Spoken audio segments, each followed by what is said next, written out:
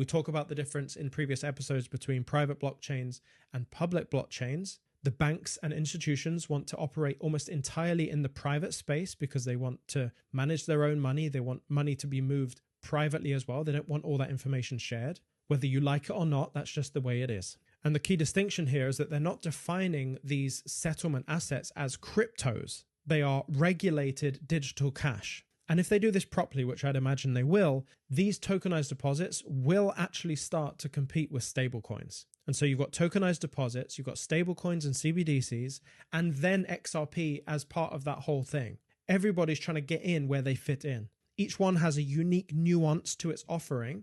XRP has the nuance that, if you have two entities that want to trade with each other, but let's say they don't have the same deposit token, or they don't want to use the same stable coin, or they don't trust the dollar, then XRP is just the perfect position for that.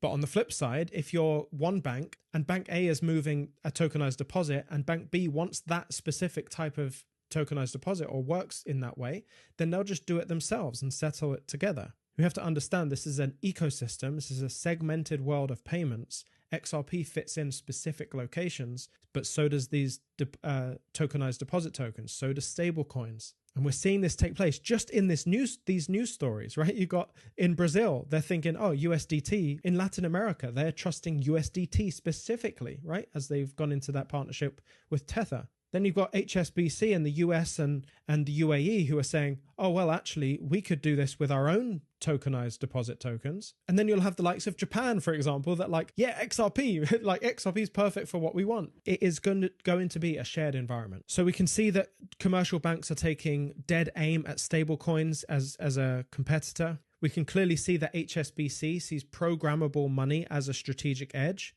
As I mentioned earlier, HSBC has been upgraded into the pending portfolio now. It's one step away from the core portfolio. And again, all of this just pushes and confirms even more our confidence in the likes of Quant and Link and Ethereum. Right now, I'm in the process of reaching out to real people, real researchers who work at the Bank of International Settlements, the IMF, all of these massive entities to answer some massive questions that we've been building up in the research over the last couple of weeks. If we can get this information from the horse's mouth, we will be so well positioned to understand how this whole world is moving in terms of XRP specifically, and maybe even the price potential of XRP, the usage of XRP. We can really put that puzzle together if we can hear it from the horse's mouth. That's all for this episode of The Macro. I'll see you in the next one.